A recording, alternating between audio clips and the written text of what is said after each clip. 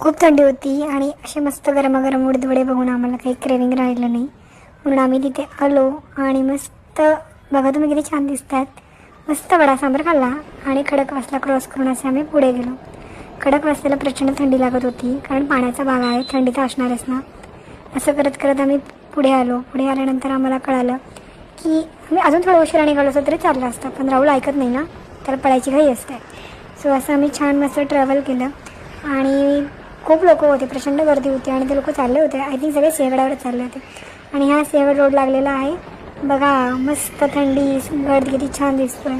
गडाकडे बघून हायचं वाटलं की चला आता थंडीमुळे थोडंसं आपण वाचत आलो आहे, कारण आता आपलं ट्रॅव्हल टाईम संपलेला आहे. आता थंडी बघूनच भीती वाटायची. आणि बघा तुम्ही किती जण ट्रेकर आहेत, खूप पब्लिक असतं. आणि हे बघा इथे आल्यानंतर मला असं वाटलं की मीच अशी असेल की ती गडावरती आली आहे की जी पायी जाणार आहे, पण नाही, इतक्या गाड्या बघून वाटलं की बापरे, इतक्या लोकांमध्ये एनर्जी येते कुठून आणि अशा गडावर जातात कसे.